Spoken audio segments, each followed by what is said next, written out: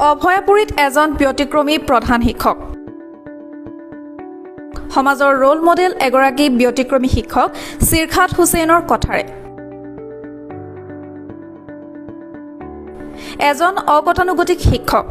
আজি আমি ক'বলৈ ওলাইছো এনে এজন শিক্ষকৰ কথা, যিজন শিক্ষকে লকডাউনৰ সময়ছোৱাতো ঘৰতে বহি বহি দৰমহা লোৱাৰ সলনি নিজৰ বিদ্যালয়ৰ আশে-পাশে থকা গাঁৱে গাঁৱে ঘূৰি খবৰ লৈ ফুৰিছে ছাত্ৰ-ছাত্ৰীৰ।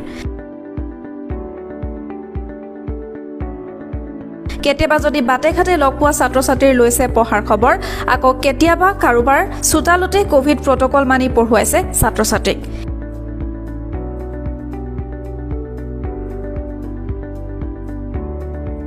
এইজন শিক্ষকে ইতিমধ্যে ৰাজ্যবাসীৰ বাবে হৈ পৰিছে এটি পৰিচিত নাম। শিক্ষকগৰাকী হ'ল বঙাইগাঁও জিলাৰ সৃজনগ্ৰাম শিক্ষাখণ্ডৰ ডুমুৰিয়া মণ্ডল সমল কেন্দ্ৰৰ অন্তৰ্গত ডুমুৰিয়া পিকনাপাৰা প্ৰাথমিক বিদ্যালয়ৰ প্ৰধান শিক্ষক আন্তঃৰাষ্ট্ৰীয় বঁটা প্ৰাপক চিৰখাত হুছেইন।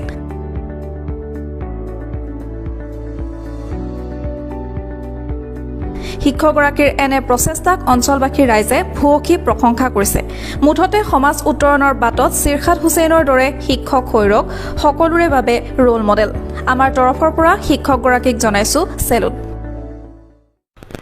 লকডাউনৰ সময়ত ল'ৰা ছোৱালী যথেষ্টভাৱে পিছ পৰি ৰৈছে। আমি প্ৰায় 2 বছৰ তেওঁলোকক যি একাডেমিক ছাপৰ্ট দিব পৰা নাই স্কুলত, সেইকাৰণে মাজে সময়ে গাঁওখন মোৰ যি 2খন গাঁও আছে, মেইনলি ডুমুৰিয়া পিকনাপাৰা, এই 2খন গাঁৱত মাজে মাজে যাওঁ। ল'ৰা ছোৱালীহঁত বিশেষকৈ ছোৱালীবোৰ যাতে আধাতে পঢ়া এৰি নিদিয়ে।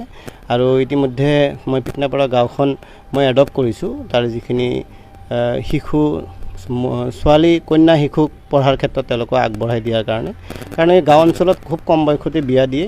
আমি বিচাৰিছোঁ তেওঁলোকে শিক্ষিত হৈ আজি লাভলীনাই হওক, আৰু আপোনালোকে দেখিবলৈ পাইছে যে ভাৰতক মহিলা বক্সাৰে, বেডমিণ্টন শ্বাটলাৰে হওক তেওঁলোকে আগবঢ়াই নিছে।